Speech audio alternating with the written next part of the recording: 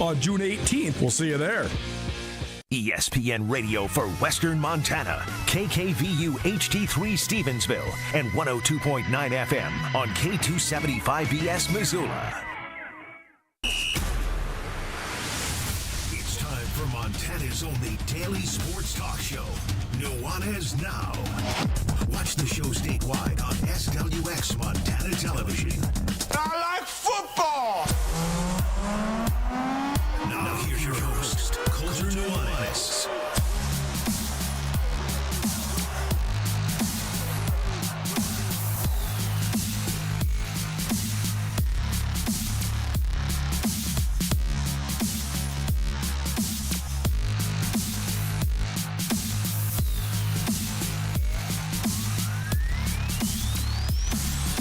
Yo, what's up, Montana? Welcome in. Nuanez Now, 102.9 ESPN Radio. I'm Coulter Nuanez coming to you through the Grizzly Disposal studio here at the Missoula Broadcasting Company.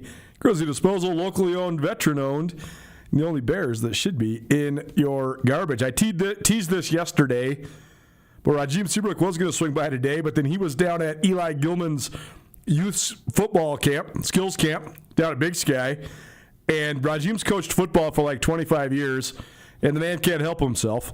So he grabbed the whistle and he started helping out with those guys. And there was actually about a dozen young ladies down there that were burgeoning flag football players. So Raj decided to coach the gals since he's been coaching flag football, both Sentinel and for the University of Montana. And then actually a couple of the girls went over with the boys to work out with Gilman and Junior Bergen, et cetera, et cetera. Either way, Raj, the camp's just getting over right now, 4 p.m., and so he may or may not be here today, but either way, he's going to swing by our remote broadcast tomorrow.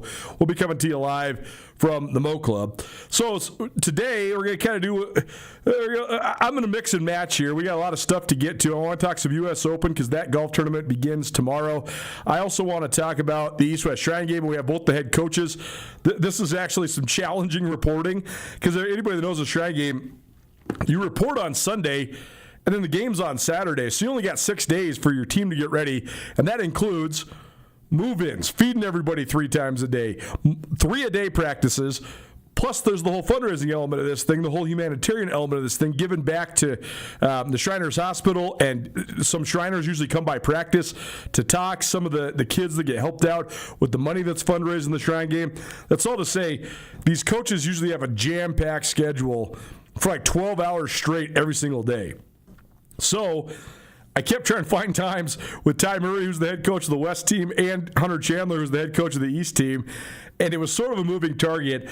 I ended up getting Coach Murray. It's only about 8 minutes long because he had an 8-minute drive from Montana Tech campus up to Butte High School for practice. But something's better than nothing. So we're going to talk Shrine game for our ESPN Roundtable. We will hear from Ty Murray. I pre-recorded that earlier today. And then the East has a little bit of a different schedule in terms of their dinner time. So Hunter Chandler, who is normally the head coach of Bozeman Gallatin, a favorite of ours here on the show, he's leading the East for the first time in his young career. He's going to join us live because they have dinner at 5:15, so he's just going to hop on right before he walks into the mess hall. So we will hear from both sides of the East-West Shrine game. That'll be a part of our ESPN Roundtable at the top of the 5 o'clock hour. Also spent the day hanging out down at Eli Gilman's skills camp, and I continue to say it, but I just think this is so great. It made me so happy to watch Eli Gilman and Junior Bergen and Finn Ridgway and Sam Merriman and a couple. Monty Gilman was down there. Rajim Seabrook. I mean, it was just really cool watching those guys work with the kids, and it's going to impact those kids in a positive fashion, right? I mean, that's going to be a core memory. At least I hope so. And I just think it's great that those guys are willing to give back and work with the kids, and so good job by them. And thanks to anybody in Missoula that sent your kids out to that camp today.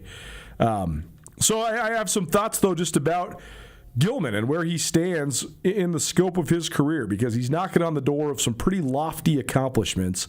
And I think people around Missoula and around Montana appreciate him, but I think he's going to be one of those athletes where when it's done, you're going to certainly have had great reverence for him. But then as time goes on, I think the memory is going to become even more impactful and sharp and memorable. So we'll talk a little Levi Gilman here in the first hour as well. And we're also going to talk some Montana Pro Football Hall of Fame. That's coming up here at the end of the month. We got about a week and a half, 10 days exactly, actually, till our latest induction ceremony. It is our 10th anniversary at the Montana Pro Football Hall of Fame. I've been on the board of directors and heading up the biographies for the Hall of Fame since the beginning. So if you can't join us in Billings, please do. But I'll give you one last reminder on all the inductees. And I want to highlight Ed Cummings today. Ed Cummings is, we have a legacy category where we induct people maybe that played a long time ago. Almost all of them have long since passed away. There's a lot of big-time football players out of the state of Montana in the first half of the 20th century, and sometimes those legends fade, or maybe they aren't remembered like they should be, or maybe you just don't know. Maybe the education is good. It's just good for people to remember those that came before us. So certainly that's important to me. That's why I like the Hall of Fame project. So we'll talk about that at about 5:30 as well and give you more information on the banquet. So there you go. It's what's coming up. You want to stream it, 1029ESPN.com. You can also stream us live on YouTube. Please subscribe to our YouTube channel. We're also live on Facebook and on Twitch. And, of course, you can find us on the ESPN MT app. And, of course, on your traditional radio dial, 102.9 FM around Western Montana. And on your traditional terrestrial television, 23.3 around Western Montana, but on SWX statewide. Appreciate any way that you're tuning in. As always, coming to you through the Grizzly Disposal Studio. Need a roll-off box for your construction project? Call Grizzly Disposal. They can get it to you within 24 hours. Don't wait days or even weeks for your construction roll-off box. Grizzly Disposal has them in stock and can get them to you fast. Visit grizzlydisposal.com or call 406-541-7171. Grizzly Disposal, the only Bears that should be in your garbage. If you watch it on any of the streaming platforms, TV or otherwise, you've probably seen this book sitting up here by my bronze. And before I talk about this book is called Gorgeous George, the outrageous bad boy wrestler who created American pop culture. I want to play a little bit of a trivia game. First, I'm going to leave it open-ended before I specify the questions, because I think the Gorgeous George talking point here is a microcosmic example of an even more fascinating line of thinking. I also have this book, The 100 Greatest Sports Heroes. We did a fun exercise for about 2 years. Just went through and touched on individuals that were highlighted in this book. This book came out in 1954. And it was basically a conglomeration of ideas from newspaper sports writers, probably close to 100 newspaper sports writers from across the country, who all voted on who they thought were the 100 greatest sports heroes. Well, this thought experiment goes as such. We just went through the book alphabetically. I mean, it starts at A and goes all the way to Z. But I thought it was really interesting to just thumb through. It starts with Grover Cleveland Alexander. Grover Cleveland Alexander was a phenomenal pitcher, won over 375 games during his career. This is in the 19-teens and the mid-1920s. As somebody that considered myself a baseball historian ever since I was a little kid, I certainly knew about Grover Cleveland Alexander, even though he had retired some 60 years before I was even born. But do I know, like, in depth about him like I do about Babe Ruth or Lou Gehrig? Certainly not. But then you keep thumbing the pages. Eddie Acaro, no idea. I had no idea who that was. He was one of the world's most famous jockeys in the first half of the 20th century. Henry Armstrong, multiple-time boxing champion, never heard of him. Roger Bannister, I had heard of him. He's the first man to break 4 minutes in the mile. Slingin' Sammy Baugh, definitely had heard of him. But that's the thought experiment, as you go through all 100, and I thought it was very striking how some, like Babe Ruth and Jim Thorpe and Jackie Robinson and Ted Williams, legends live on to this day. You know, they still have great reverence within their sport. They still have great reverence within the wide world of sports. But then others, maybe you needed a refresher on. You needed to be reminded of why they're important, why they're relevant. But you still, if you got sparked, you can figure it out. Or maybe like Roger Bannister, okay, you hear that first 4-minute mile, but that's all you know, so then you can read about it a little bit more. And then there's others that memories have just completely faded. And 1954 is, at the same time, a long time ago, but also not that long ago. I mean, it's 72 years. That's not a crazy amount of time, but it's just a great reminder for how legends can fade. So we'll start this Gorgeous George conversation. I'm going to tell you more about this book, but we'll start this with a little bit of a trivia contest, and this is how you're going to get entered in to win wings from the Desperado Sports Tavern and Grill. It's a Wing It Wednesday like it is every Wednesday here, but here's what you got to do. Gorgeous George is widely considered one of the most influential people in pop culture history. There's at least 3 very, very famous figures in pop culture history, all 3 of whom are completely unforgettable, that credit Gorgeous George and his persona for sort of creating the personas that then they enacted during their careers. So here's your first trivia question. I'm going to keep honing this down to get more specific about this, but give me one of the most famous people. There's specifically 3. 2 are musicians and 1 is one of the greatest athletes of all time. And they all 3 cite that watching Gorgeous George, watching his performances, watching his bravado influenced them at a super high level, and then they use that in their own personas in promoting themselves and sort of honing how they presented themselves to the public. Name one of those. Name me one of those 3 people that Gorgeous George, the infamous wrestler from the late 1940s and early 1950s, had a super big influence on. If you can get one of these 3, you're going to get entered in to win a dozen wings from the Desperado Sports Tavern and Grill. Okay, we'll come back to that, but it's something that I've been stuck on for quite honestly years, because I think that one of the only things in life that we all share is that we're all going to die. My wife hates when I say that, but it's just the truth. Like, it's one of the only cumulative shared experiences. You're born and you die. Everything in between can be completely variable compared to other people. But I've always thought to myself, what do you do to be remembered when you die? And is that the most important thing? Like, do you want to be remembered? You certainly want to be remembered with great reverence by your family, by your friends, in your community. That would be nice, I think. But did you have an impact on the day-to-day world? It's very hard to change the world, and even if you do change the world, even then your memory fades. Like, I was telling my brother about Gorgeous George. He had no idea. He had no idea about the impact this guy had. Gorgeous George came to great prominence as a professional wrestler in the late 40s and early 50s when television had just been invented. He was truly one of the first great national TV stars in America. But how many people walking down the street that follow sports know about Gorgeous George? I'd say not a lot. And that's a really interesting thing to think about. When I was a little kid, Babe Ruth's name still had tons of reverence behind it. Even though Babe Ruth had retired in the mid-1930s and had passed away in the mid-1940s, all the way up until the 1990s, he still had great reverence in pop culture, in baseball conversations. Part of that's because of the numbers. His statistics are otherworldly. But also part of it was because of the movie, The Sandlot.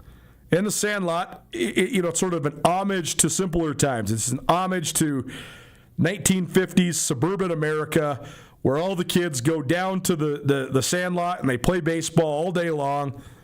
And then there's the part of the movie where, sorry if you haven't seen this. If you haven't seen this and you're listening to the show, you are part of a very small portion of the Venn diagram that has somehow found this show and never watched The Sandlot. Go do yourself a favor. If you've never watched it, go watch it. If you have watched it, you should still go watch it. It's just a tremendous movie. But the kids are playing baseball. They hit it over the fence, but they had been playing baseball with a baseball that had been autographed by Babe Ruth. Baby Ruthie is what they call him. But then there's the whole scene in there where Benny the Jet Rodriguez gets a visit from Babe Ruth, and he has the infamous line, "Heroes get remembered, but legends never die." And that sort of reignited the conversation around Babe Ruth. But even now, here we are. The Sandlot came out probably over 30 years ago, which makes me feel terribly old. 1993, so 33 years ago. But even here we are 33 years later, and Babe Ruth doesn't have quite the reverence that he did now. I think his legend has faded. So what does it take for your legend to not fade? It's just such an interesting discussion for me.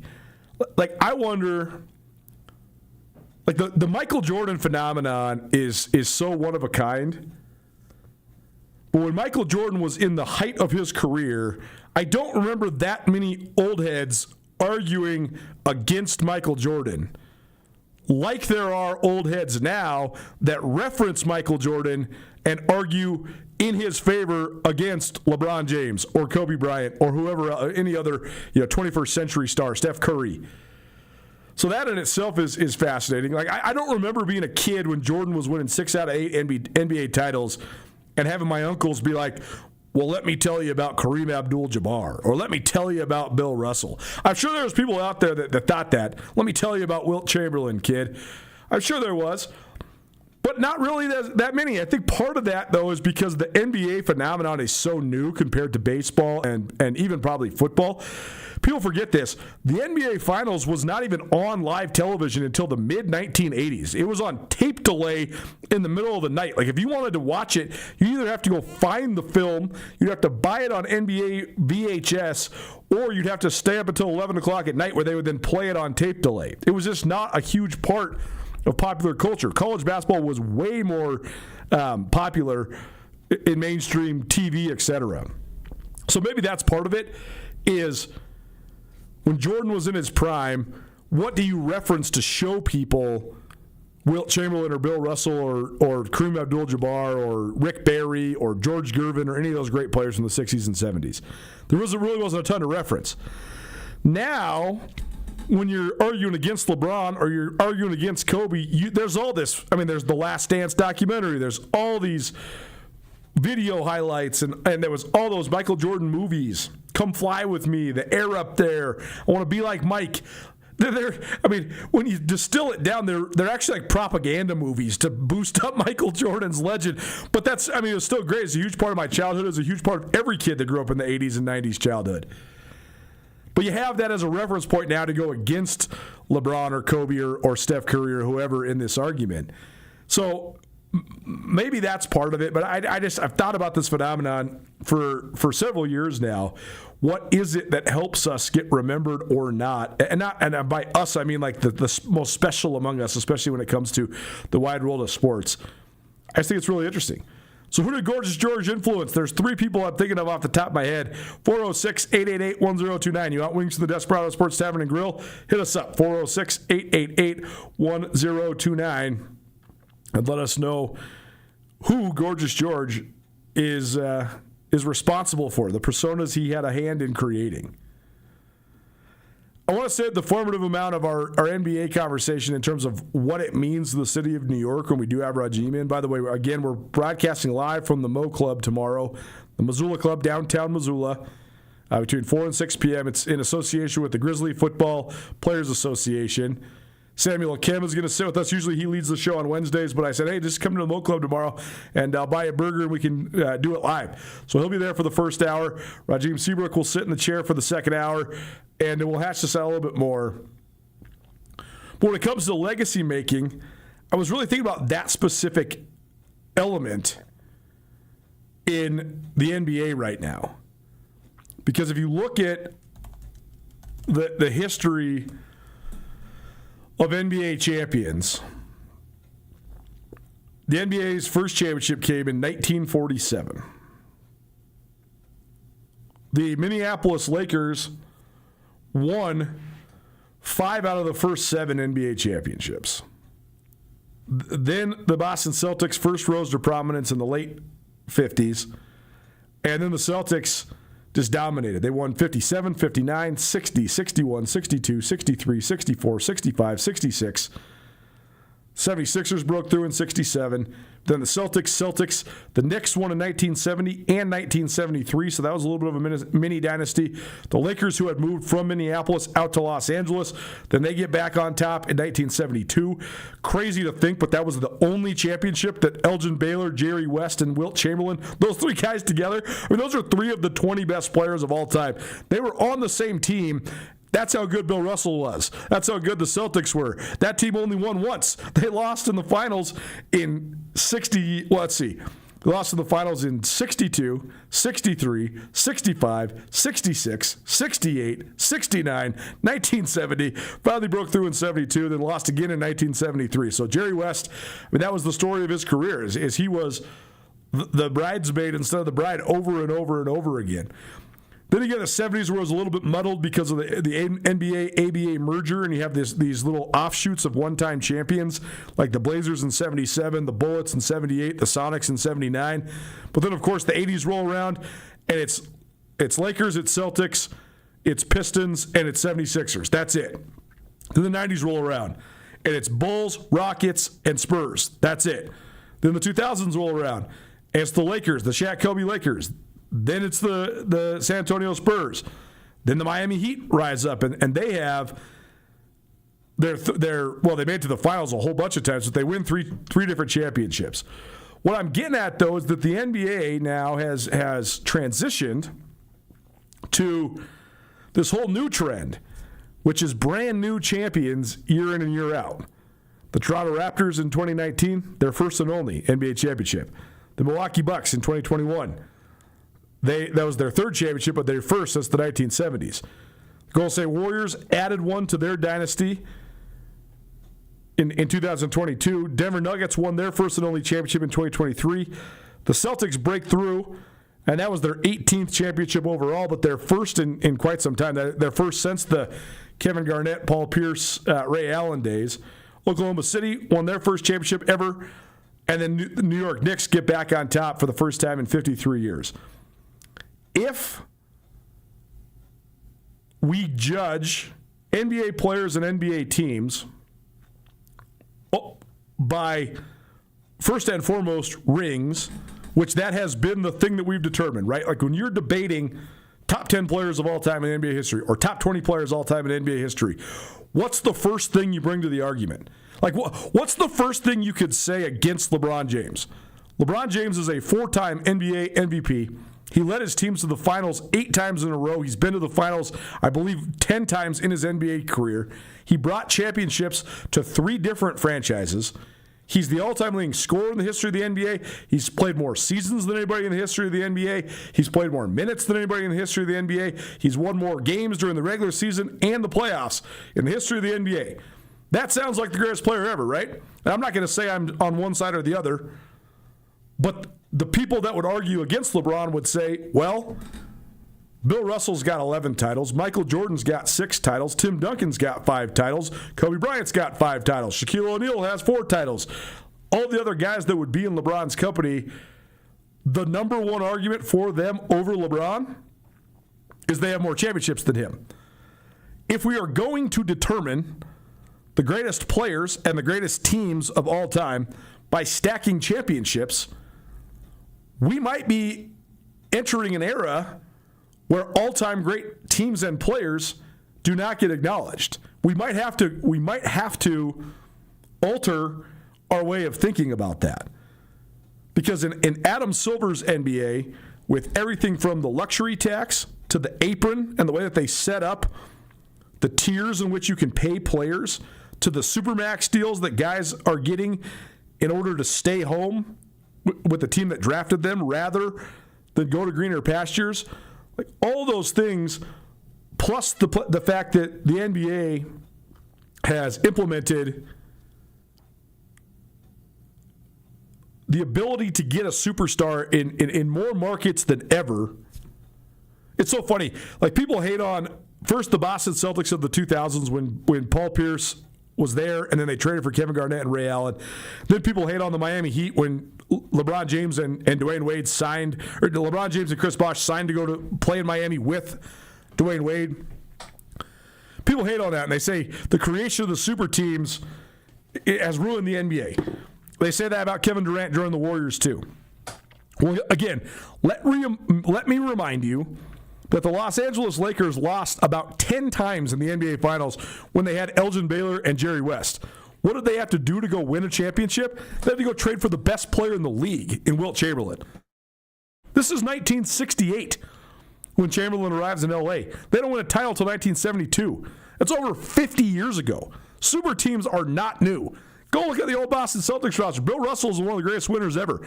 Guess how many Hall of Famers he played with? 7. Super teams have been a thing since the late 1950s in the NBA. That is not new. Those guys did not ruin the NBA. But what Adam Silver has done is he has made it so that super teams are not as prevalent because of the way he has tiered the contract structure. It's harder to have 3 true super-duper stars based on the way that all the salary cap and the collective bargaining works.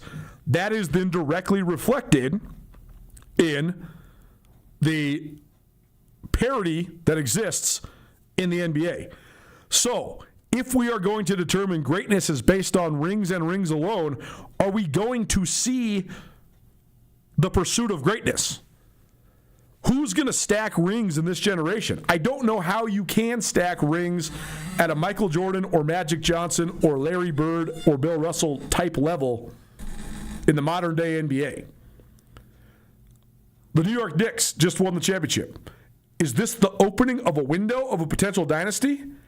I just don't know. On one hand, they're a phenomenal team. I thought this was excellent for basketball. New York is one of the great basketball cities on this planet. So for the New York people to get this championship, for them to be able to celebrate at Madison Square Garden, for them to be able to unveil a banner, for their best player, Jalen Brunson, to be a New York guy, that is all so awesome and so spot on and on brand. And they were one of the hottest teams basketball has ever seen during the most recent run through the NBA playoffs. Is that going to translate into them being a dynasty or not?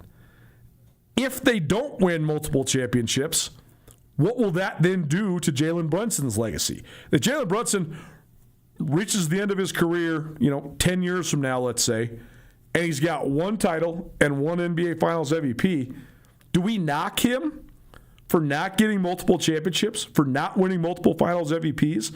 Or do you glorify him for being the man that brought the New York franchise as a New York kid back to prominence? I just think it's a really interesting conversation.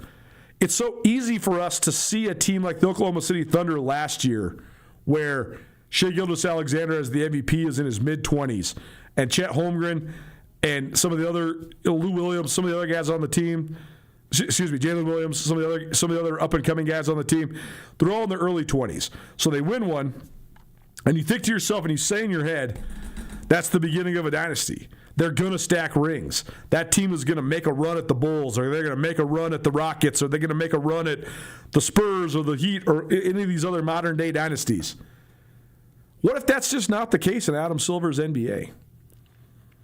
Conventional wisdom would say that Victor Wembanyama at 22 years old, Stephon Castle at 21 years old, Dylan Harper at 20 years old, that core of San Antonio guys, all 3 of whom they drafted, conventional wisdom would say those guys are going to stack rings, that they're going to win 3, 4, 5 championships, and they're going to etch their name in the record books.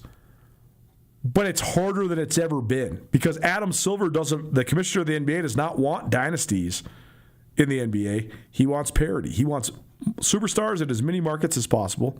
He wants new champions as often as possible. This was not what David Stern wanted. David Stern was all the way into having the Lakers and the Celtics play in the finals every single year in the 1980s. He was all the way into Michael Jordan dominating the 1990s and Shaq and Kobe dominating the early 2000s and Tim Duncan and Manu Ginobili and Tony Parker dominating the 2000s through the early 2010s, the Golden State Warriors and their run of dominance with Steph Curry and Klay Thompson and Draymond Green. That's what the NBA wanted. Now they want something different. Will that impact the ability to build a legacy and a Hall of Fame type of resume in the NBA moving forward? It's an interesting question. Well, it's now 102.9 ESPN Radio. Our NBA conversations all spring and summer long have been brought to you by Sportsbet Montana. More from Sportsbet coming up because the U.S. Open starts tomorrow at Shinnecock Hills in Long Island. Who do I think should be one of the people maybe you consider putting a wager on? We'll let you know. But keep those texts coming in. Gorgeous George, the heavyweight champion of the world of professional wrestling in the late 40s and early 50s. He had a huge impact on pop culture. 3 specific pop culture icons, 2 musicians, 1 athlete. Credit Gorgeous George for influencing their persona. Tell me who. Tell me any of those 3. 2 musicians, 1 athlete that Gorgeous George had a huge influence on. 406-888-1029. Anybody that gets this right, you're going to get entered in to win a dozen wings from the Desperado Sports Tavern and Grill. Take a break, come back. Had a great time down at Eli Gilman's camp earlier today. It was really fun watching him and Junior Bergen and the boys work with a bunch of the kids. So a couple thoughts on that, but also a couple thoughts on Gilman himself and his legacy within the Grizz football program, the University of Montana, the city of Missoula, and the Treasure State. That's next. Don't change that down. Keep it right here. 102.9 ESPN Radio.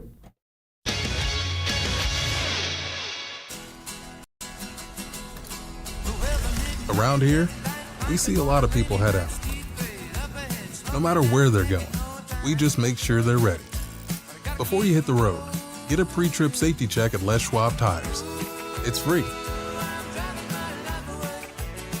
Plus, this May, save up to $200 on select sets of 4 tires. If we can't guarantee it, we won't sell it. At Shields, we're anglers, endlessly seeking and refining techniques. We're hunters and storytellers because we've been out there. We're experts that put products and gear to the test so we can share that knowledge with you. At Shields, we understand your outdoor journey and the path you're on because we walk it too, every step of the way. Shields, right there with you. Mountain Town Vacation Rental Management, your local partner for vacation rental success. We provide a fully customized hosting experience tailored to your needs and goals. Your home is listed on every major site, helping you maximize visibility and bookings. And our local team is available 24/7 to handle guest needs and booking inquiries. Let us take the stress out of managing your vacation home. Contact us today at mountaintownvrm.com or give us a call at 406-369-3080.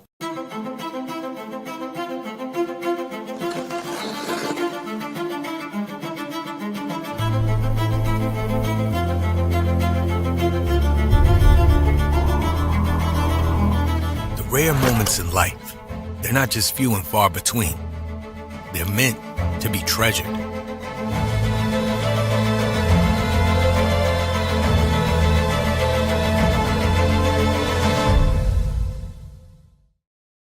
Bring the whole family to the Stone of Accord for a wonderful brunch. From traditional comfort food to eclectic specials, there's something for everyone to enjoy. And it wouldn't be a proper Missoula brunch without an Irish coffee and a mimosa. The Stone of Accord, Irish fare with Montana flair. Restaurant, liquor store, and casino. At the Stone of Accord, we use the freshest ingredients to create our homemade traditional Irish classics, fresh salads, and creative specials. Come enjoy our warm, family-friendly atmosphere. The Stone of Accord, Irish fare with Montana flair. Restaurant, liquor store, and casino.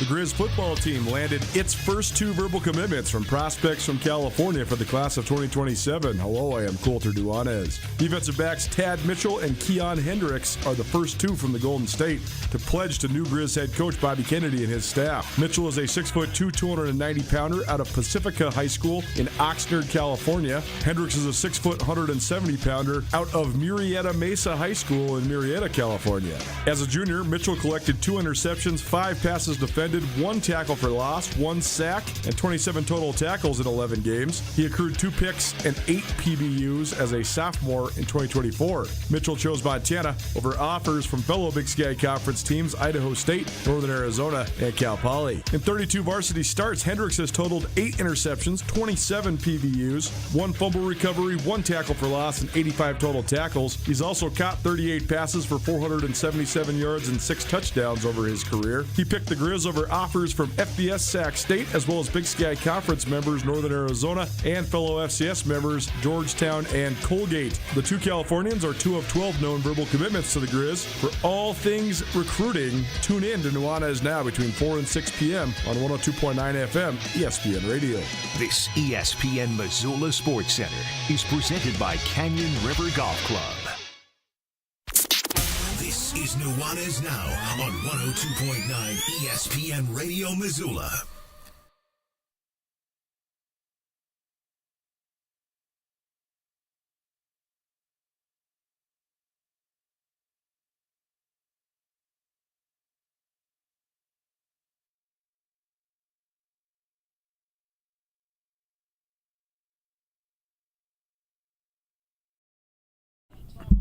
Welcome back.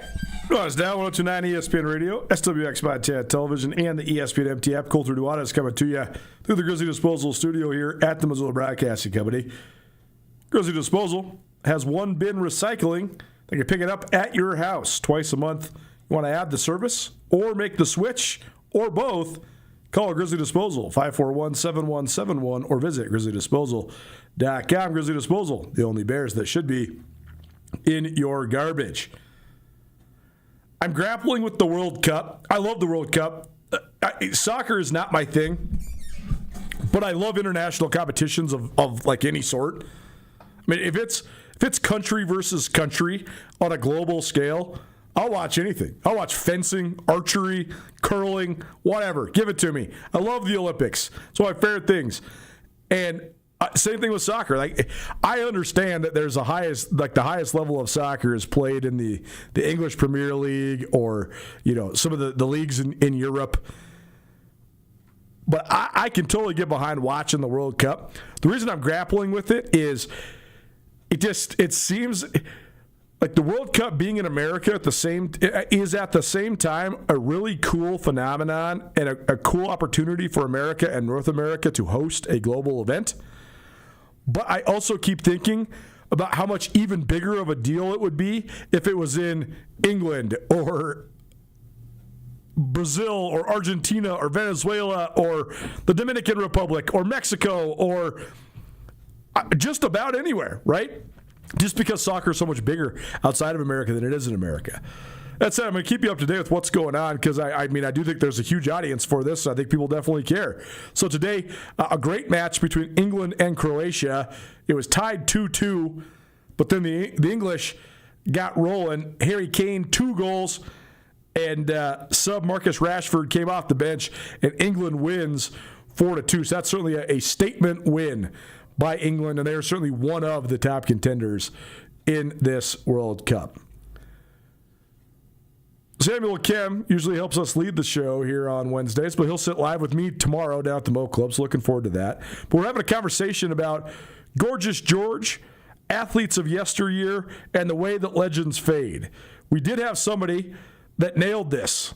So thus ends the trivia portion of the show. But Gorgeous George was the heavyweight champion of professional wrestling in the late 40s and the early 1950s, right when television first became a phenomenon.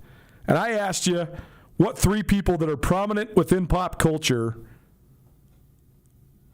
derived their personas or were influenced in their personas by Gorgeous George. The 3 answers I was looking for: Muhammad Ali, and whoever texted in, you're the winner, Great job. Bob Dylan and James Brown, the godfather of soul. Muhammad Ali said, I made up my mind after meeting Gorgeous George to make people angry at me. I saw 15,000 people coming to see this man get beat, and his talking did it. I said, this is a good idea. So, I mean, if you wonder where Ali got the, I'm too pretty, I'm a bad man, all that stuff, all the things that made Muhammad Ali so famous, it's from Gorgeous George. Fascinating. Who's somebody maybe that's misremembered? That's a good engagement question for you. Who's somebody from yesteryear that maybe people don't remember as well as they should? I was talking with one of my uncles about this because they were talking about Sandy Koufax. I think Koufax, his memory has faded because he has the excellent single seasons, but Koufax, because of his moment in time, he didn't have like the lofty win totals of the longevity because he threw out his arm. And if he would have played in a different time, he probably would have been able to repair it and not have his career end. But his career ended when he was 30. He won 3 out of 4 Cy Youngs down the stretch. He won the pitching Triple Crown 3 years in a row. I mean, those Cy Young years, 25-5 with a 1.88 ERA, 11 shutouts, 306 strikeouts. 2 years later, 26-8 with a 2.04 ERA, a major league record, 382 strikeouts. Nolan Ryan then went on to break that record. But that's the second highest strikeout total still. It's 1965. This is almost 60 years ago. More than 61 years ago. And then his final Cy Young season, which actually was his final season in the bigs, 27-9, 27 complete games, 317 strikeouts, and a 1.73 ERA. But you total it all up, he only had 165 wins. And, his strikeout totals per season were unbelievable. But 2,396 strikeouts, he's not even in the 3,000 strikeout club, let alone the 4,000 or the 5,000 strikeout club. So I think sometimes Koufax is a guy that maybe his memory fades and doesn't get remembered how he deserves. But I think that those that saw him would tell you he's one of, if not the greatest, left-handed pitchers of all time. Who else do you think is maybe misremembered in the scope of history? 406-888-1029. That's 888-1029. Let us know who you think maybe deserves more reverence in the scope of history. 888-1029. I have some thoughts on Eli Gilman and his place in Grizz history, and I also have some thoughts on the U.S. Open. We'll do both that next. Don't you document right here. 1029 ESPN Radio.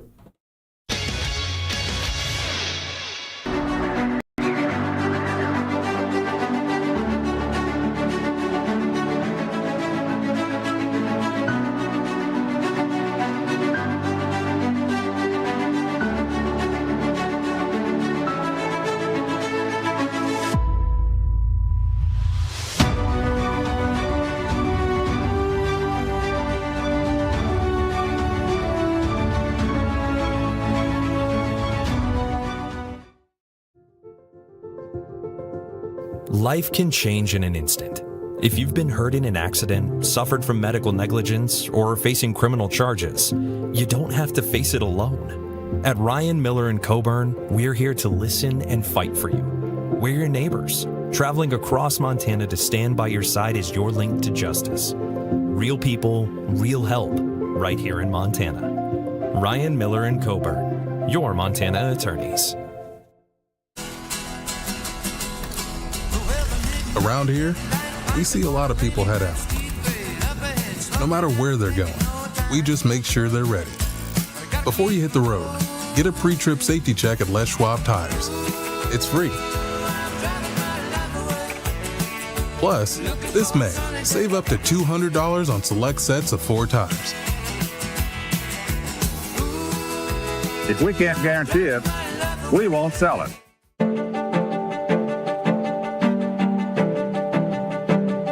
Life's about the journey, not the destination, right? Why can't it be about both?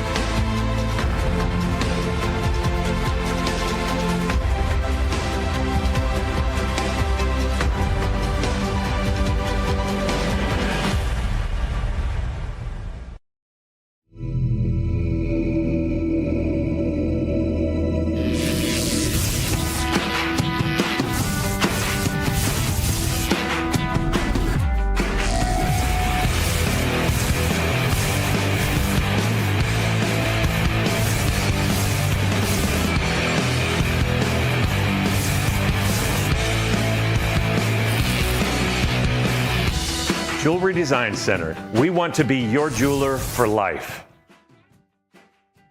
Nuanez Now on ESPN Radio.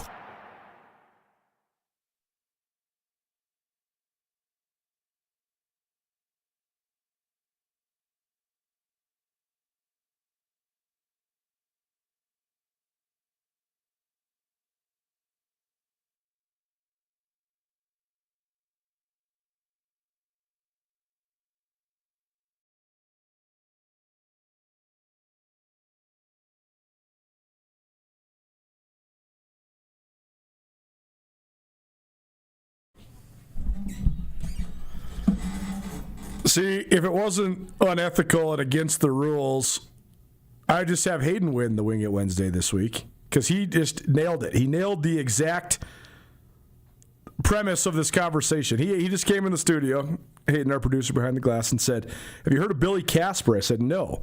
He said, "This is perfect. This is exactly what you're talking about." So on the commercial break, I read Billy Casper's entire Wikipedia page, and this is exactly what I'm talking about. Billy Casper has 51 wins on the PGA Tour. He played during sort of the rise of prominence of golf, turned pro in 1954, was a premier member of the PGA Tour for then the next 25 years, inducted in the World Golf Hall of Fame in 1978. Billy Casper won 3 majors among his 51 PGA Tour victories. His 51 Tour victories are the 7th most all-time. He also won on the Senior Tour another 9 times and on the European Tour another time after that. Won the U.S. Open in 1959 and 1966, and he won the Masters in 1970. I had never heard of Billy Casper. Billy Casper is widely considered the most underrated star in professional golf history. He's the best modern golfer who never received the accolades he deserved. Why was that? Because he was at the exact same time as Jack Nicklaus, Arnold Palmer, and Gary Player. Guess who are 3 of the 5 best golfers of all time? Those guys. So because Billy Casper was not those guys, he was like 4th in line to 3 of the 5 best. So he just doesn't get remembered. I mean, between 1964 and 1970, Billy Casper won 27 tournaments on the PGA Tour. That's 2 more than Jack Nicklaus and 6 more than Gary Player and Arnold Palmer combined. That's amazing. He's widely considered one of the great putters in the history of golf. This is exactly what I'm talking about. So who is somebody that doesn't get their just due? Who's somebody that doesn't get remembered as well as maybe they should? This could be from any sport. Let us know. 406-888-1029. Great one, Hayden. Very, very insightful. We already picked our winner for Wing It Wednesday, but this is a Wing It Wednesday, probably presented by the Desperado Sports Tavern and Grill. The Despo, great place to catch the U.S. Open this weekend. Also a great place to take Dad, get some wings, get some beers, hang out. The wings are what keep you coming back for more. We will be giving you wings every Wednesday here forevermore. They are our longest standing sponsor here at ESPN MT, and the wings are absolutely delicious. Congratulations to our winner who already won the wings, but tune in every Wednesday here, usually between 4:30 and 5 o'clock. We'll give you a chance to win a dozen wings from the Desperado Sports Tavern and Grill. A couple thoughts on what I was doing earlier today. Eli Gilman hosted his latest youth football camp down at Big Sky. I'd say probably, roughly 4 dozen boys and probably another 12 to 15 girls came to the camp, so good turnout. Eli Gilman was bolstered by Junior Bergen, former Grizz, who's now playing for the San Francisco 49ers. Finn Ridgway was also a guest coach at the camp. Monty Gilman, Eli's little brother, was there helping out as well.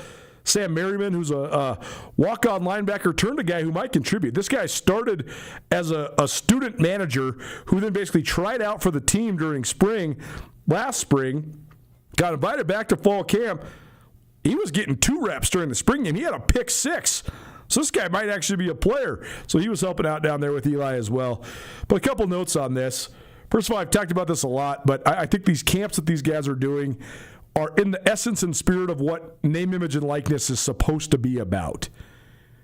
On one hand, certainly Eli Gilman and his teammates, they made a few bucks today.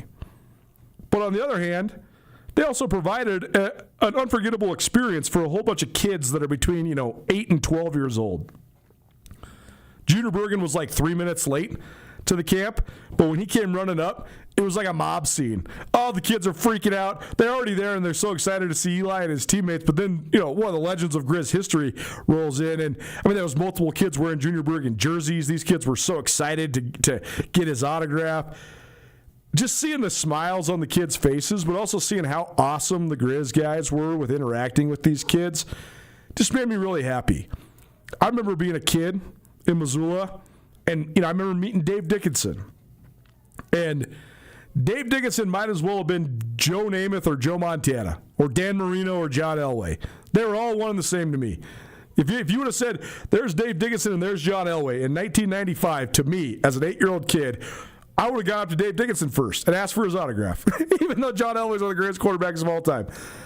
And that's how these kids think of Junior Bergen and Eli Gilman. And that's so cool. And the fact these guys know that, and they don't just do it to go through the motions. Like, they were totally engaged. They were having the time of their lives, too. So I think it's great. I love that they're doing it. There's a whole bunch of ways you can do NIL. I hope that you're at least using your name, image, and likeness as a way to promote a product or a business or whatever. That's fine. I'm all good with that. Getting paid to just exist, I have a little bit more of a hard time with that. I don't think that's in the spirit of amateur athletics. But doing these things where you are doing this to produce revenue, to make some money, but you're also giving back to the community, and specifically you're giving back to kids, like, that's awesome. So I know we've talked about these camps a little bit on this show, and I'm happy to help get the word out there for those guys, because I just think having Eli and those other players on the show is a huge part of what we do. Them giving us access to them helps drive the formula of this show forward. And I also just can't help but think about how I still remember when I was a little kid meeting college football players. And those kids got to meet those guys today. And they're going to remember that. They're going to be there. They're going to be a 39-year-old man someday, and they're going to remember that. And that's cool. It's really cool. It's what this is supposed to be all about. Nuanez Now 102.9 ESPN Radio. I was also thinking just about Gilman himself, just as in his legacy as a player, because he's sort of, quietly is the wrong word, because he's a huge star and people love him. But he's sort of, he's never really had like the ups and downs of a normal college football player. He's just sort of been the man right away. Like, he walked in 2022 and they were able to preserve his red shirt, but the 3 games he did get into, you were looking at him and you're like, well, that guy's a grown man and he's going to be the starting running back next year. Well, sure enough, 2023, he's the starting running back. He's on a Grizz team that goes all the way to the national championship. He rushes for over 1,000 yards and 12 touchdowns, averages 5 yards per carry. And you're like, wow, how many records is this guy going to break? Well, a lot of times that's easier said than done, especially at that position, because you get banged up. It's harder to stay healthy. And then there was always the looming thought of, well, this guy was the Minnesota Player of the Year in high school. This guy is from a huge city. This guy is a top-level Big Ten level talent. When's he going to leave? Like, everybody was kind of just sitting there waiting for Gilman to have an enormous national award caliber campaign and then to leave. Well, he won the Jerry Rice Award as a freshman. He didn't leave. Guess who's the only guy to win the Jerry Rice Award as the freshman of the year nationally in the FCS that then came back and played all 5 years at their respective school? Eli Gilman. That's it. Every other Jerry Rice guy has eventually transferred and got on to quote-unquote greener pastures in the FBS or whatever. But Gilman followed up that Jerry Rice Award-winning year with an even better year. Rushed for 1,110 yards and 15 touchdowns. And that was behind a makeshift offensive line in a dual quarterback system in a year the Grizz were quite honestly, pretty disappointing. But he was still productive. Then last year, the question became, okay, he's a fourth-year junior, and he'd had 194 and then 167 carries respectively. But can he be a 200-carry back? Can you give this guy the ball 20 to 25 times a game? Well, he answered the bell resoundingly. He rushed 250 times for 1,540 yards and 21 touchdowns last year. He averaged 6.2 yards per carry, and he was the Big Sky Conference Offensive Player of the Year, a first-team All-American by basically every outlet in the United States. So then everybody was really holding their breath, saying, okay, this guy's already rushed for 3,677 yards. He's already rushed for 49 touchdowns. He's already scored 53 total touchdowns in his career. He's got to be gone, right? He's already put in his 4 years with the Grizz. He's graduating in May. He's going to take the NIL deal, right? Nope, he didn't. Decided to stay. Decided to run it back. For that, I think he deserves as much credit as any Grizz ever, because this guy has been getting pulled this way and that way and this way and that way. There's never been a riper time to transfer. There's never been a guy with the numbers that he's had as a running back for either of the two Montana schools going into their senior years, and that's a pretty lofty resume, yet he stayed loyal, and he stayed in Missoula, and he's decided that he's going to dedicate himself to getting the Grizz all the way back over the top. And I really hope people appreciate that part of this, because the records, as long as Gilman stays healthy, knock on wood, are going to get shattered. They are going to get obliterated.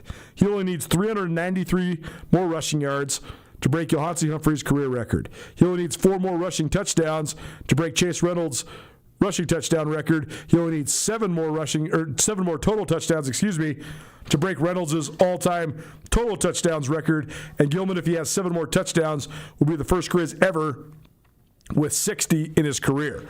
If he replicates his year from last year, he will break the rushing record by more than 1,000 yards. He'll break the touchdowns record by 15 touchdowns. And he will have a resume that is incomparable to anybody else that's carried the ball in the history of the Grizz.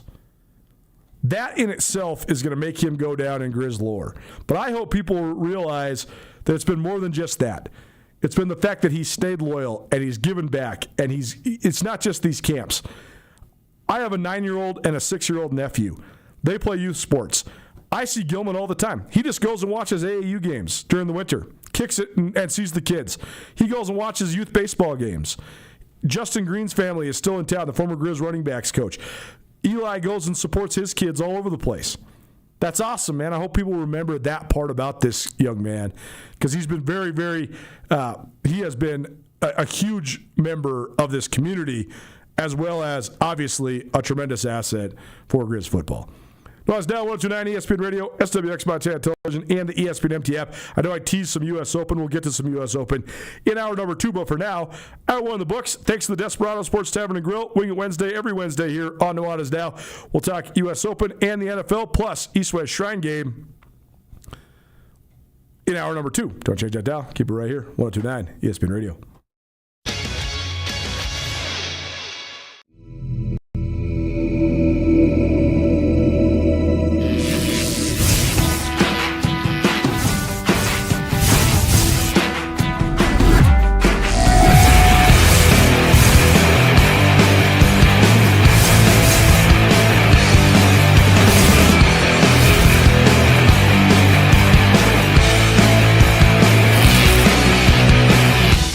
Jewelry Design Center. We want to be your jeweler for life. Bring the whole family to the Stone of Accord for a wonderful brunch.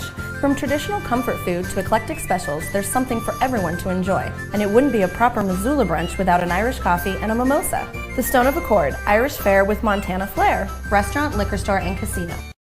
At the Stone of Accord, we use the freshest ingredients to create our homemade traditional Irish classics, fresh salads, and creative specials. Come enjoy our warm, family-friendly atmosphere. The Stone of Accord, Irish fare with Montana flair. Restaurant, liquor store, and casino.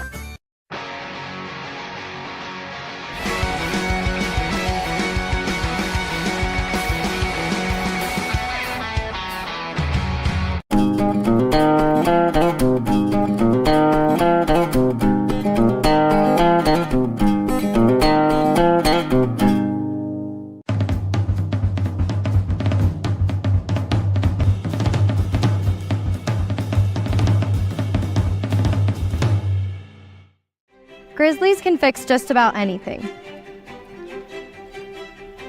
That's why the University of Montana is the cybersecurity center for the Treasure State, training the next generation to defend what matters most. We deliver graduates with skills to fill more than 1,100 open cybersecurity jobs in Montana.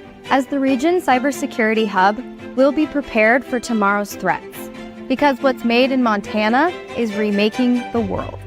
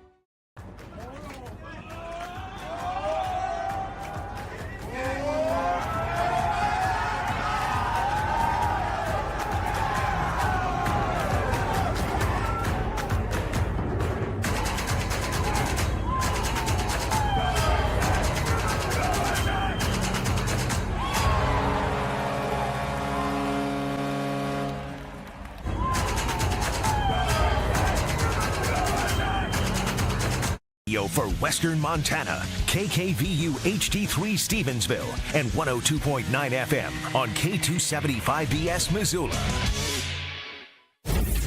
ESPN Missoula Sports Center. The Grizz football team landed its first 2 verbal commitments from prospects from California for the class of 2027. Hello, I am Colter Nuanez. Defensive backs Tad Mitchell and Keon Hendricks are the first 2 from the Golden State to pledge to new Grizz head coach Bobby Kennedy and his staff. Mitchell is a 6'2", 290-pounder out of Pacifica High School in Oxnard, California. Hendricks is a 6', 170-pounder out of Murrieta Mesa High School in Murrieta, California. As a junior, Mitchell collected 2 interceptions, 5 passes defended, 1 tackle for loss, 1 sack, and 27 total tackles in 11 games. He accrued 2 picks and 8 PBUs as a sophomore in 2024. Mitchell chose Montana over offers from fellow Big Sky Conference teams Idaho State, Northern Arizona, and Cal Poly. In 32 varsity starts, Hendricks has totaled 8 interceptions, 27 PBUs, 1 fumble recovery, 1 tackle for loss, and 85 total tackles. He's also caught 38 passes for 477 yards and 6 touchdowns over his career. He picked the Grizz over offers from FBS Sac State as well as Big Sky Conference members Northern Arizona and fellow FCS members Georgetown and Colgate. The 2 Californians are 2 of 12 known verbal commitments to the Grizz. For all things recruiting, tune in to Nuanez Now between 4 and 6 p.m. on 102.9 FM ESPN Radio. This ESPN Missoula Sports Center is presented by Canyon River Golf Club. It's Nuanez Now on 102.9 ESPN Missoula. Watch the show statewide on SWX Montana Television.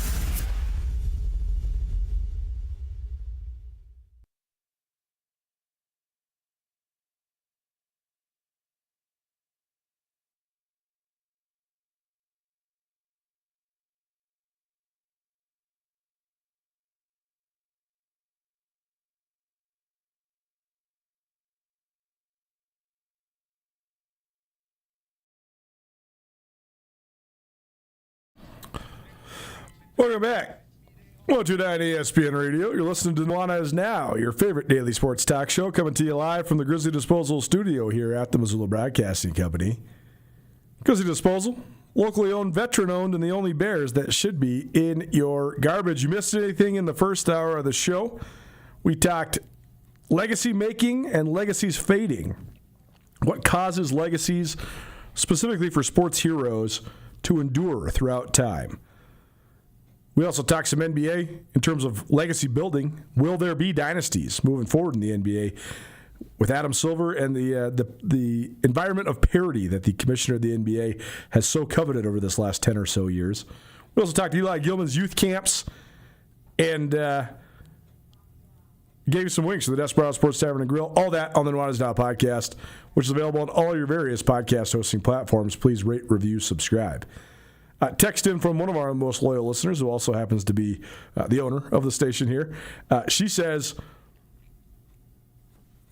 one thing that makes legends endure is when people screw up. And it's a great point, right? Like, Tiger Woods hasn't won a major. Well, he won the Masters in 2019 and one of the great comebacks in the history of sports. But before that, he hadn't won a major in 11 years. And he hasn't won a tournament, period, in what, like 6, 7, 8 years? But people are still constantly talking about Tiger Woods, and mostly it's for all the wrong reasons. But he still stayed in the public consciousness. She also made a good point saying that we'll always talk about people based on what they could have been. That's why Sandy Koufax is a great example, right? What Sandy Koufax could have been if he had modern technology and didn't have to retire when he was 30. What if he could have pitched until he was 40? That's the case for so many of the athletes of the first half, or even the first 3 quarters of the 21st or of the 20th century. Excuse me. We just didn't have the technology that we do now. The nutrition, the recovery, the surgeries, all that stuff. Like, you just never know what guys could have become, or women could have become, if they didn't get derailed. But it is a great point. Like, the what could have been. Those people will always resonate. I think about this all the time with musicians, right? Some of the most legendary musicians of all time died at such a young age. In certain ways, that actually accentuates their legend. because they didn't have enough of a body of work to get famous, to get too famous to where then they were ridiculed or they became a caricature of themselves. I'm thinking of Nirvana. I'm thinking of Jimi Hendrix. I'm thinking of The Doors, Jim Morrison. It's just a really interesting deal, right? Sometimes dying young actually makes your legend grow. And also sometimes being in the limelight for all the wrong reasons also makes your legend sustain. So good feedback there. Appreciate that. It's time for our ESPN Roundtable. It's probably presented by Stockman Bank of Montana. We're going to hear from Ty Murray, the head coach of the West All-Stars from the East-West Shrine game here in just a quick minute. And then coming up here in about 10 minutes, we're going to hear from Hunter Chandler, the head coach of the East squad for the East-West Shrine game. That's coming up here about 5:15. Here's some quick hitters, though, about the East-West Shrine game. This is the 79th annual East-West Shrine game. It'll be played on Saturday night at Naranche Stadium in Butte, Montana. Game is scheduled to kick off at 7 p.m. This is Montana's premier all-star football event.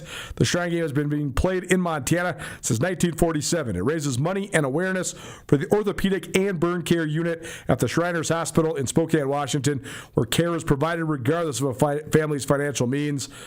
The West won the game last year 14-7 in a complete defensive slugfest in Great Falls and have now won 5 straight in the series. The East owns the all-time record, though, 41-37. Ty Murray, the head coach of East Helena, was thrown in there as the West coach. He deserves this because he's had a great run at East Helena. He just took the offensive coordinator job at Montana Western last week. So this will be, at least for now, his swan song in high school football. But he takes over for Grady Bennett. Grady Bennett, the head coach of Kalispell Glacier, led the Wolfpack to the state championship last year. But then Bennett got enraptured in scandal because of recruiting accusations. And so he relinquished his post as the Shrine Game coach, and Ty Murray slides in. He leads a staff that includes Seth Mason, who led Frenchtown to a Class A state championship this last year, Connor Sullivan, a former Bobcat, who's now the head coach at Three Forks and has one of the most talented players in the class of 2027. That's Cannon Richmond, who's the quarterback there at Three Forks. Dan Lacey from Anaconda is also an assistant on the staff. Jim Hogan, who's a longtime Carroll College coach, who now is an offensive line coach for Helena Capital, is on the staff. And J.D.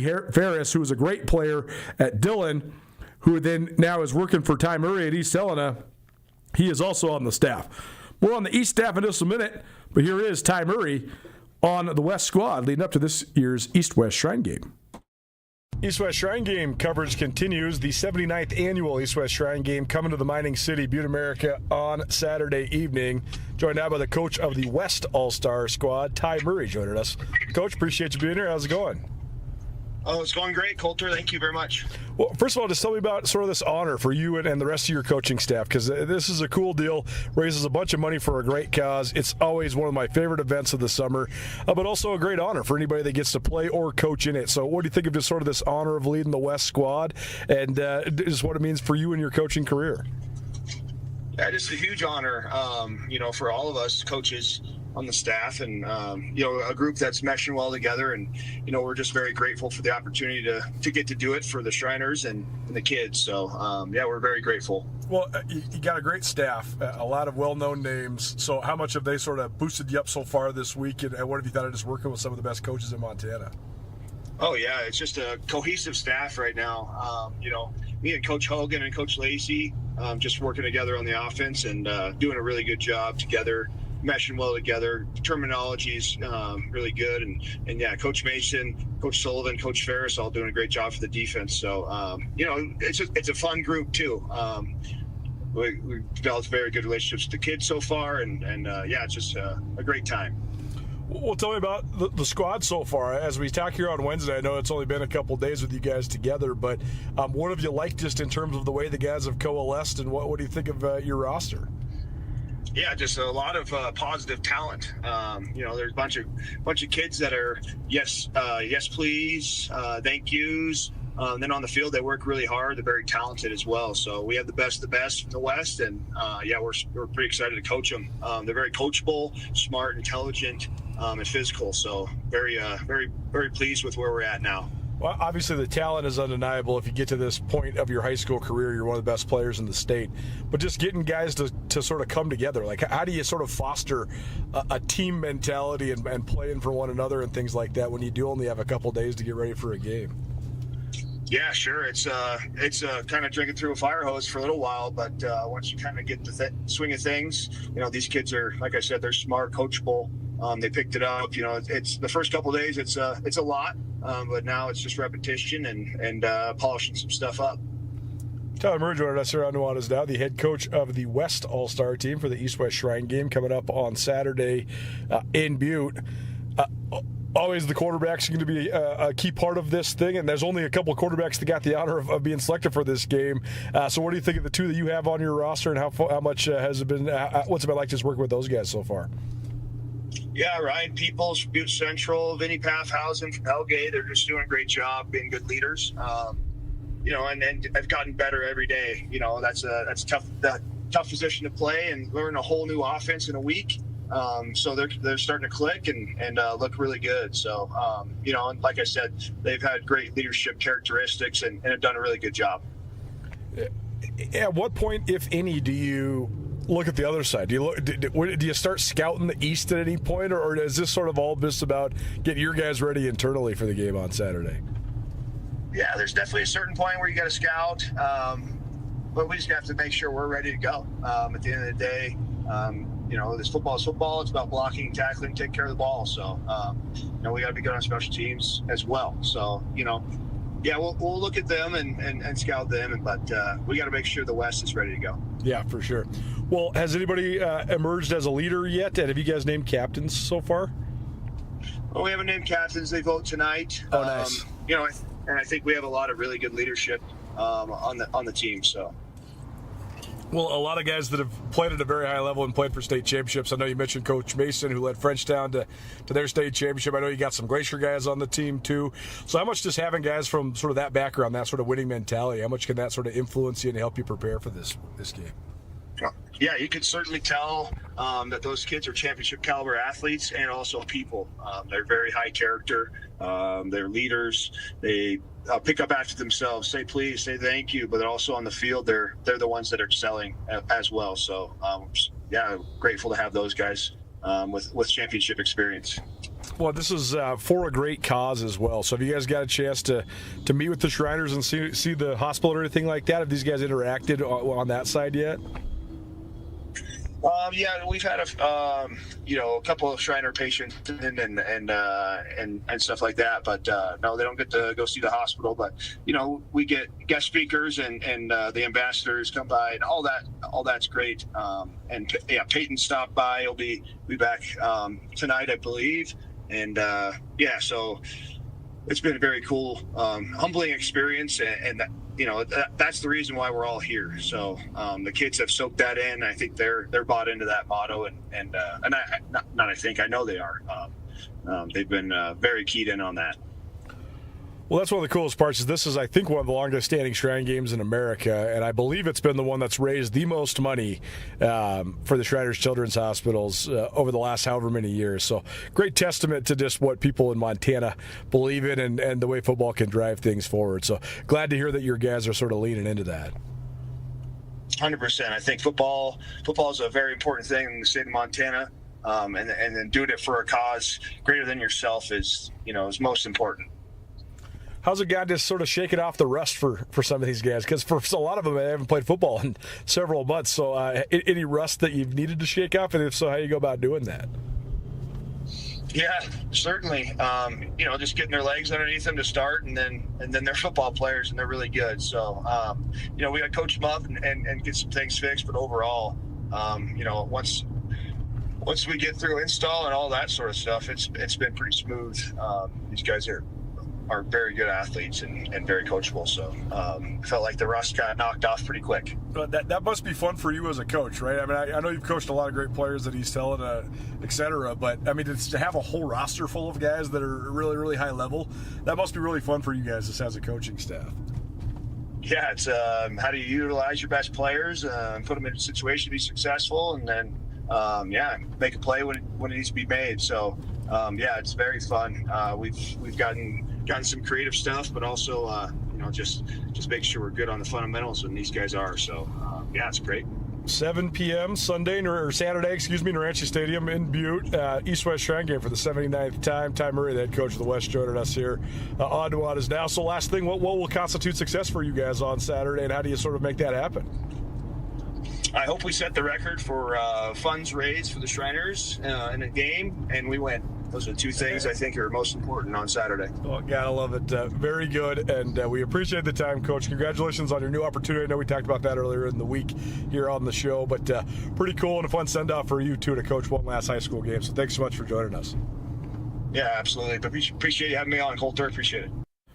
Tyler Murray, formerly the head coach at East Helena High School, and now the new offensive coordinator at Montana Western, but he is the head coach for the West All-Star game. The West team in the East-West Shrine game coming up on Saturday in Butte. It is our ESPN Roundtable. It's probably presented by Stockman Bank of Montana. Stockman Bank invites you to experience the Stockman difference.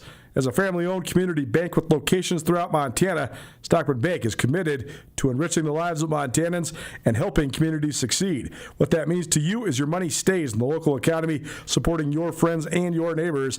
Let Stockman Bank show you Montana's brand of banking. We'll roll on to the east side of the East-West Shrine game.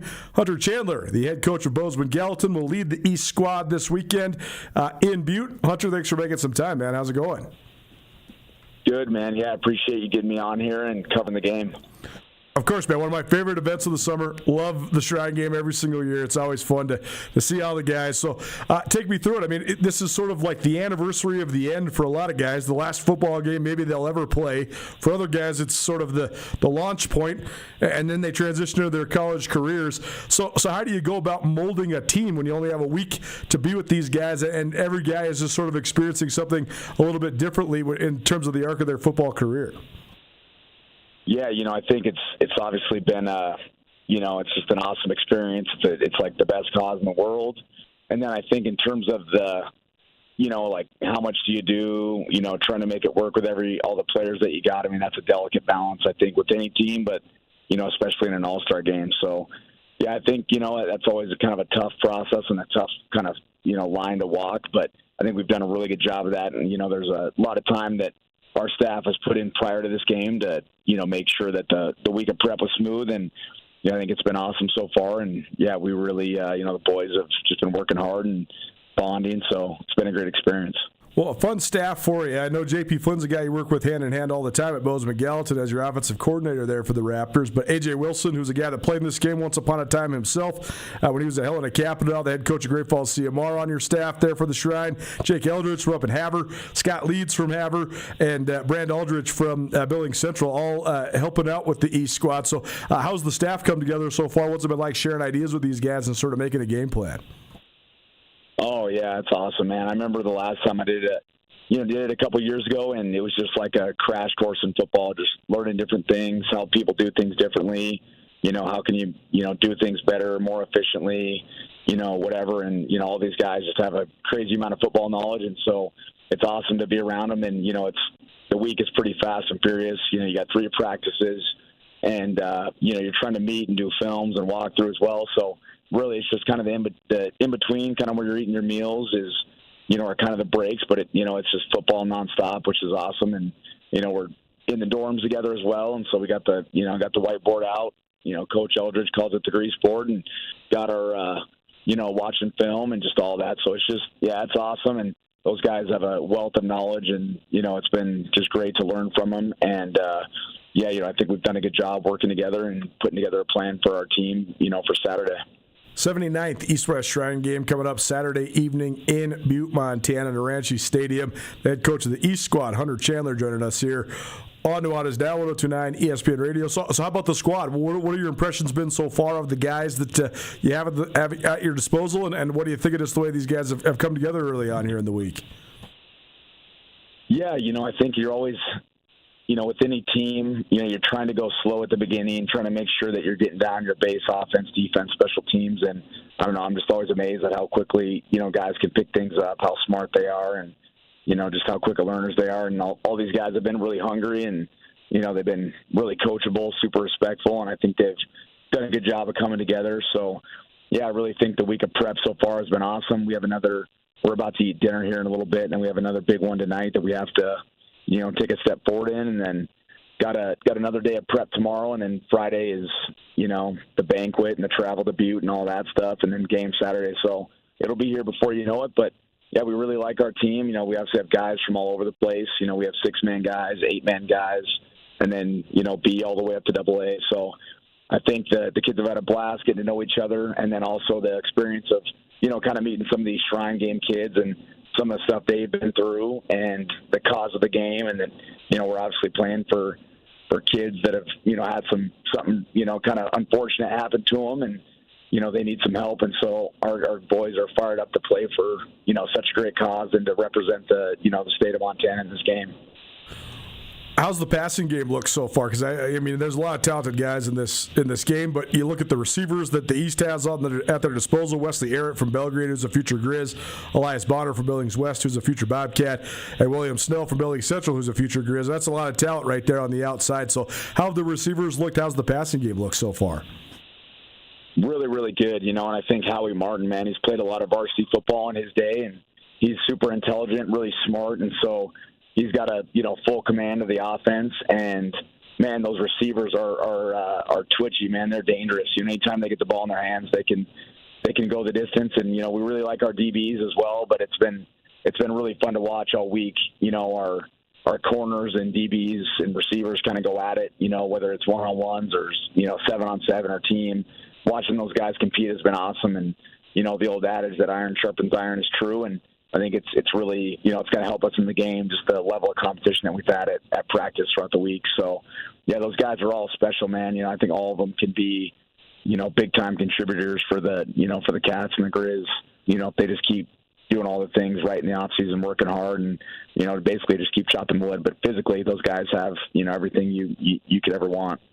Well, you mentioned Howie Martin, who's your quarterback there from Billings Central, and he's won a lot in a lot of sports. I mean, that guy had quite a high school career between football, basketball, and baseball. A lot of state titles at his disposal. So how is he sort of acclimated to being the guy under center for you so far?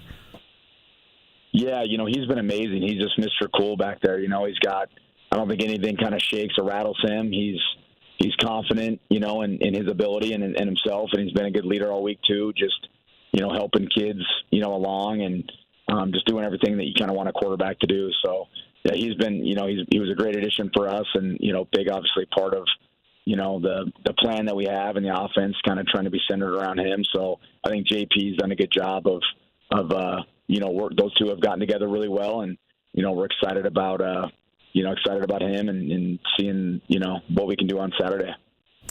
And defensively, you got a lot of D1 talent on the roster as well, but what sort of impressions have you had on that side of the unit? How have they been picking things up? Yeah, really good, and I think just like anything, it's like trying to learn the system, trying to learn the verbiage, and just making sure that we're communicating at a high level. I think we feel really good about it as long as everyone's on the same page. So communication is probably been the biggest thing that we've been saying is, we all got to make sure that we're communicating, getting on the same page and getting lined up and then just flying to the ball. But I think those guys, every single practice, they've made major strides. So we feel good about where we're at. We're definitely not where we need to be, but we're headed in a good direction. And those guys have, just done a great job all week, buying into what we've been doing and, kind of flying around together as a unit. Well, you mentioned the fact this is for an awesome cause. All the proceeds from the Shrine Game each summer goes towards the Shriners Hospital in Spokane. And I know you guys interact a little bit with patients or former patients, and you get to see the Shriners, etc. But this has been one of the top fundraising Shrine Games in the United States of America for years and years. This is the 79th annual one of these. So just doing this for a bigger cause and then sort of helping use football as a platform to raise money for even more important things. What do you think of that element and how the guys sort of acclimated or I guess gravitated towards that opportunity? Yeah, no, I think they've, I don't know, anytime you hear one of these kids speak and you kind of hear their story, it's pretty hard not to buy into that and, kind of get you fired up to go play for a cause like this. But, state of Montana is obviously amazing and, we support each other here. So I think, the state of Montana really kind of rallies around this game and does a great job. I mean, I think honestly does a better job than any other state in the country. So I think Montana people are special. We're going to support our own and, with the game being in Butte, we're expecting a big crowd and, a bunch of people there to, again, go watch some good football and go support a phenomenal cause. Hunter Chandler, the head coach of the East Squad, heading into this weekend's East-West Shrine game, joining us here on Nuanez Now. Coach, I know you got dinner, so we'll let you go. We appreciate you for squeezing us in. Thanks so much, and have fun on Saturday. Thanks again, Coulter, and thanks for all you do for, high school sports in Montana here. Have a great night. There you go. This is how I know I'm getting old. I remember when Hunter Chandler was a great high school football player. Going to the Shrine game. Now he's the coach. And you're sitting there thinking, man, he's pretty young to be the coach. And then you're like, well, he was a high school senior in 2010, so he's actually probably in his mid-30s. And then you're like, oh, yikes. That means I'm older than that. But pretty fun to see how he's risen. And he's become an awesome coach for Bozeman Gallatin. This is a cool honor for him to be able to lead the East Squad. Nuanez Now, 102.9 ESPN Radio. Quickly, I'll get this in. This is our ESPN Roundtable, probably presented by Stockman Bake of Montana. Stockman Bake in Montana, only in Montana, and they plan on keeping it that way. Let Stockman Bake show you Montana's brand of baking. There is plenty of Division I talent on these rosters. For the East Squad, you got future Bobcat offensive lineman Tommy Lewis, who hails from Havre. Future Bobcat offensive lineman Brody Boulay, who hails from Polson, is on the West Squad. The East also features Elias Bonner, who's a future Bobcat out of Billings West. He's a wide receiver in this game. I think he's slated to play DB for MSU. You also got Jace Bantz on the East Squad. He's a defensive end from Grass Range, Montana. He is also a future Bobcat. And then for the West Squad, Adam Guajardo of Missoula Big Sky. He is also a future Bobcat. Evan Hugan of Bozeman High, Bobby Gutzman of Bozeman Gallatin will play corner for the East. They're also future Bobcats. Future Grizz includes William Snell of Billings Central, Wesley Arrett of Belgrade. They'll both play receivers in this game, both of them for the East Squad, as you heard Hunter Chandler just talk about there. Merrick Fisher out of Billings Skyview. He's a tight end for the East Squad. He's a future Grizz. Couple future Grizz playing safety in this game. Dawson Hammond from Malta.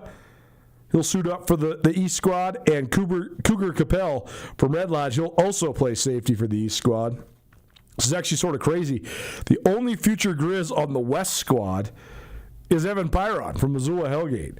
Usually you'd see, it's not always cut and dry, but usually you'd see a lot of the guys on the East are going to Montana State because a lot of times Bozeman and Billings are on the East Squad, which is still the case here this year. And Bozeman, for obvious reasons, is a Bobcat town, and Billings lately, especially Billings West, has been a feeder to the Cats as well. But a lot of times you see the West Squad in the East-West Shrine game have a bunch of future Grizz because you got Missoula, you got Butte, you got Kalispell in the Flathead area. But this year, there are future Grizz. They're just by and large on the East Squad. Merrick Fisher, William Snell, Wesley Arrett, Dawson Hammond, Cougar Capel, all on the East Squad. Evan Pyron, who's going to the Grizz, he's on the West Squad. So he'll be playing with a bunch of future Bobcats as a future Grizz, and a bunch of those Bobcat guys will be playing with future Grizz on the East Squad as well. So just always fun to break down former teammates, future rivals. That's what makes the Shrine game great. Nuanez Now, 102.9 ESPN Radio, SWX Montana Television, and the ESPN MT app. We'll talk Montana Pro Football Hall of Fame and U.S. Open Golf on the other side. Don't change that dial. Keep it right here, 102.9 ESPN Radio.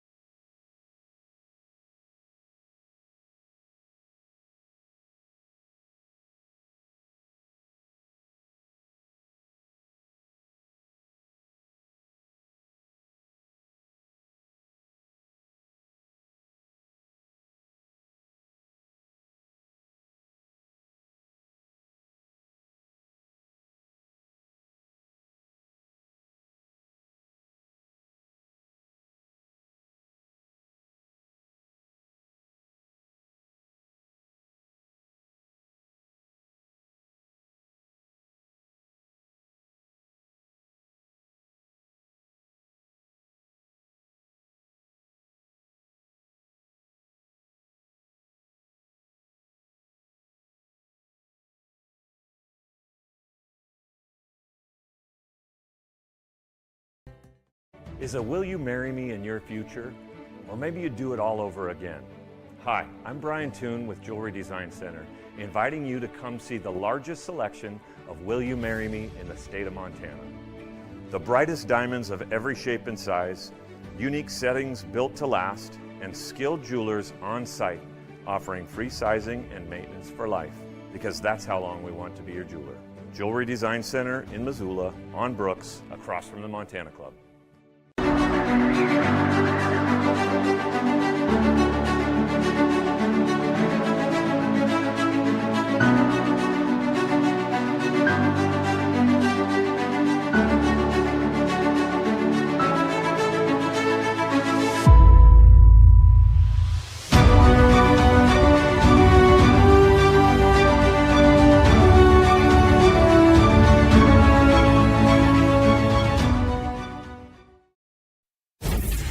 ESPN Missoula Sports Center.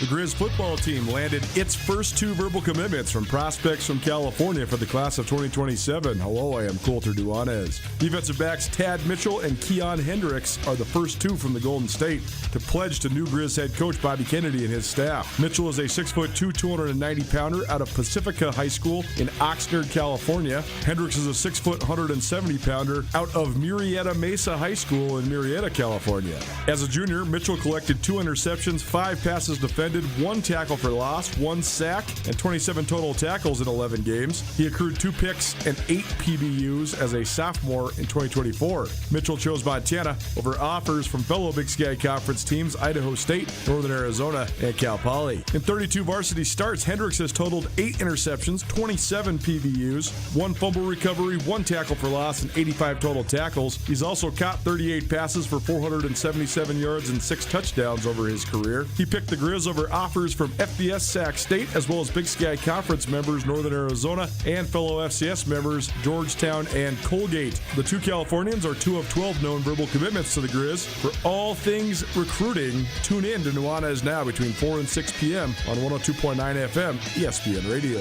This ESPN Missoula Sports Center is presented by Canyon River Golf Club. This is Nuanez Now on 102.9 ESPN Radio Missoula.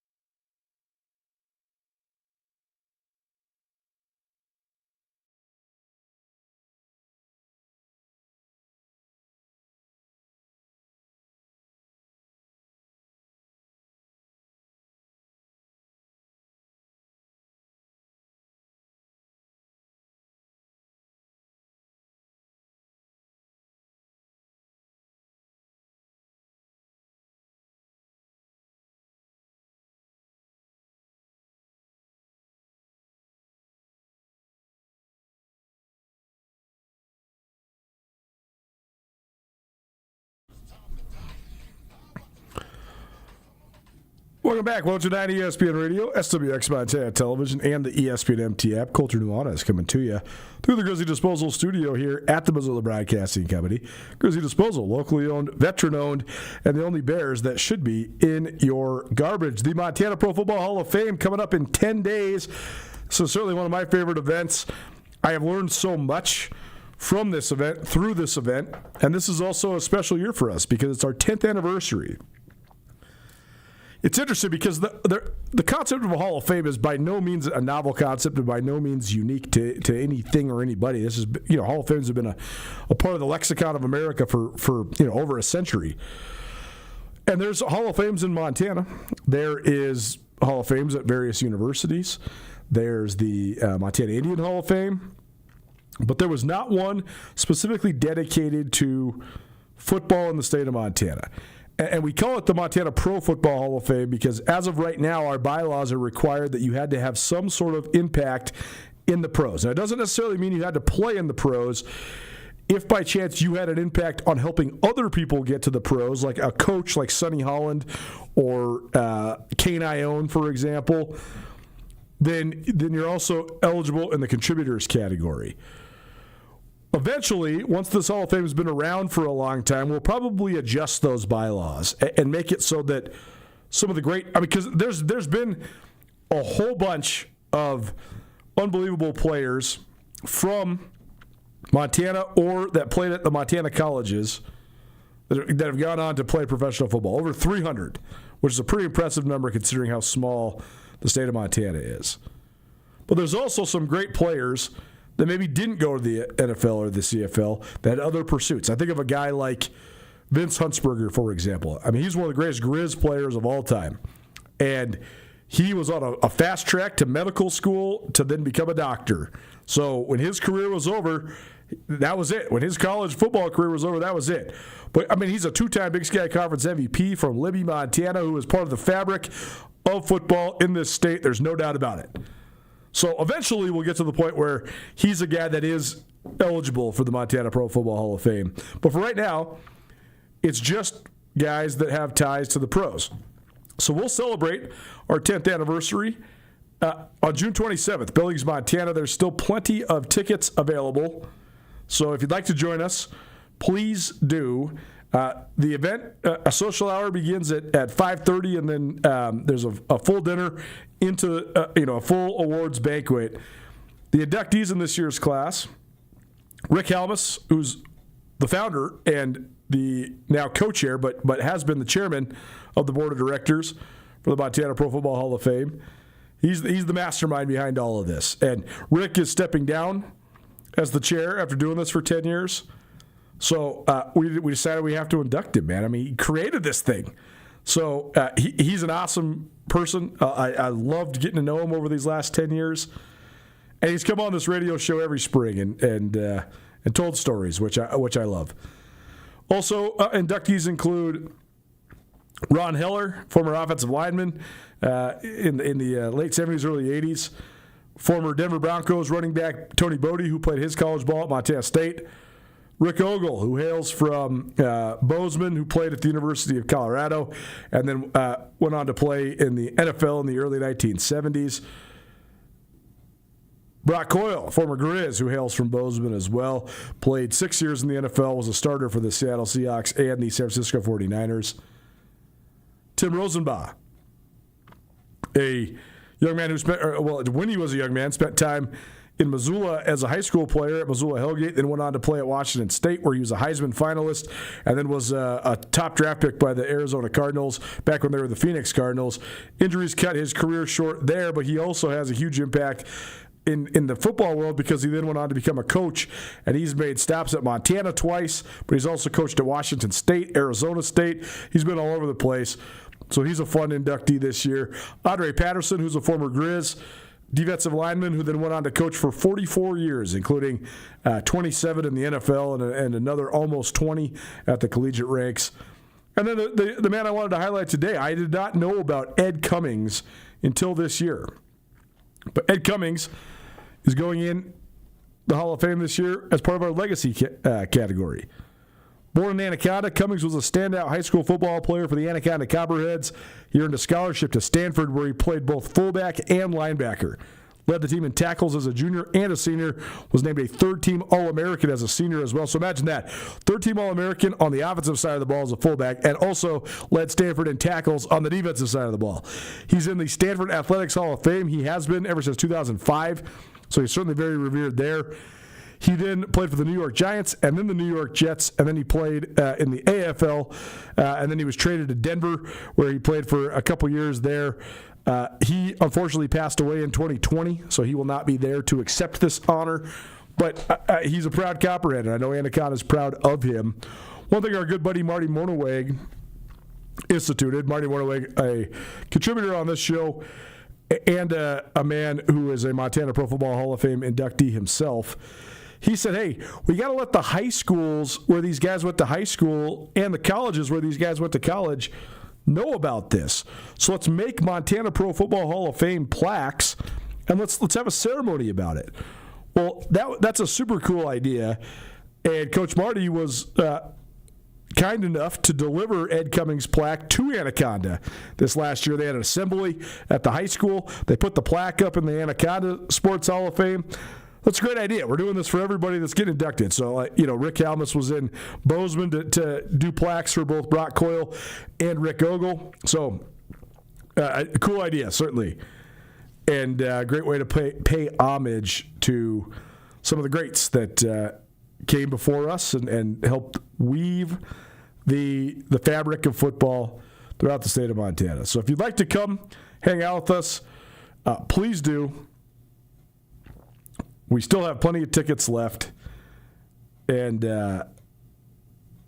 again, I always say this, but it's one of my favorite events of the year. 5 o'clock for the meet and greet next Saturday night. That's June 27th at the Billings Hotel and Convention Center. The induction banquet starts at 6 p.m. There'll be plenty of interactive content for you there. And help us celebrate our 10th anniversary at the Montana Pro Football Hall of Fame. Well, it's now 102.9 ESPN Radio. We'll talk some U.S. Open on the other side. I think that there's one sneaky guy that could, well, he's not that sneaky because he's one of the best golfers in the world right now.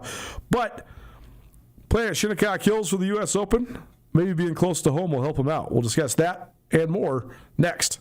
That's Change That Dial. Keep it right here. 102.9 ESPN Radio.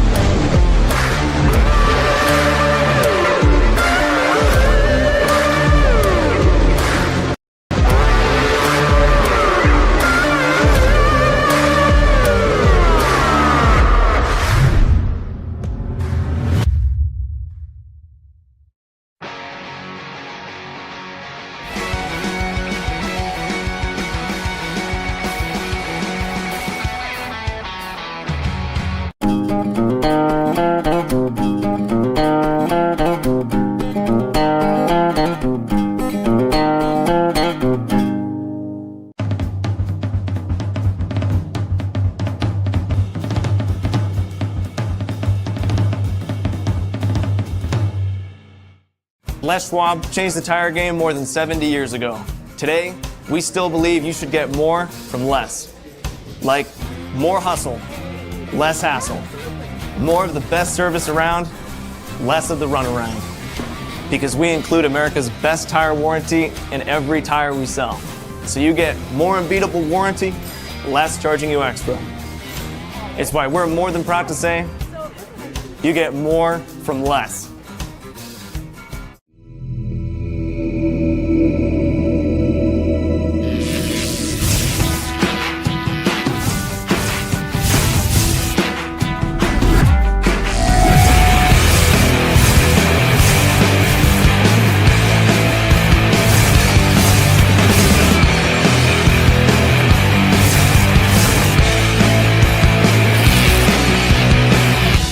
Jewelry Design Center. We want to be your jeweler for life.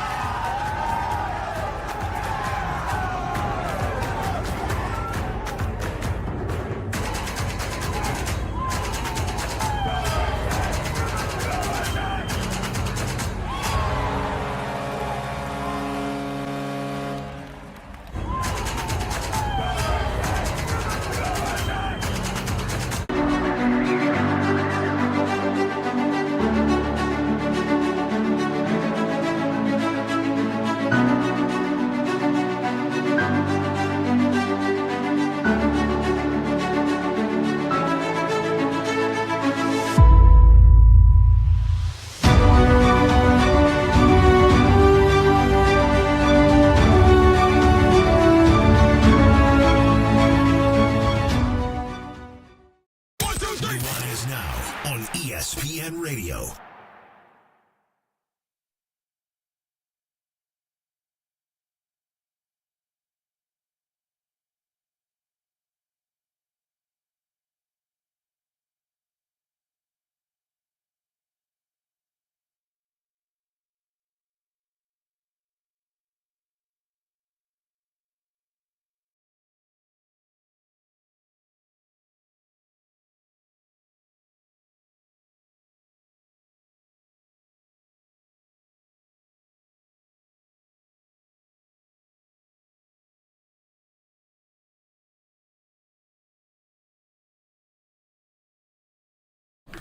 Welcome back. 102.9 ESPN Radio, SWX Montana Television, and the ESPN MT app. I'm Colter Nuanez coming to you through the Grizzly Disposal studio here at the Missoula Broadcasting Company.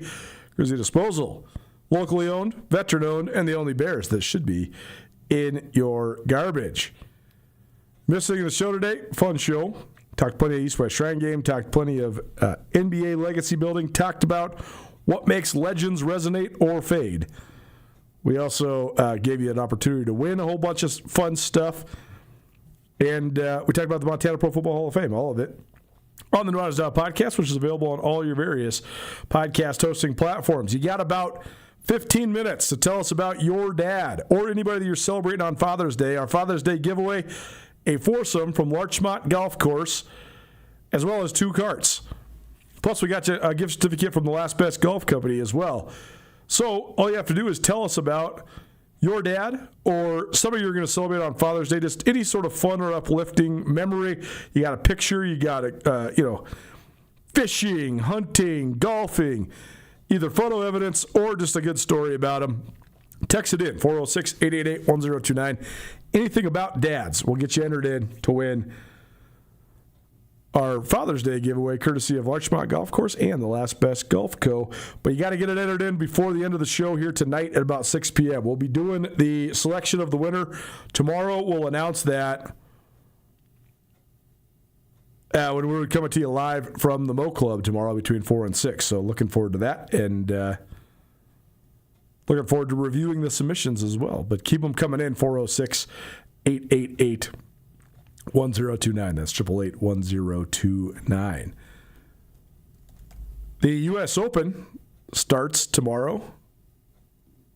It is being played at Shinnecock Hills, which is a link-style golf club in Southampton on Long Island.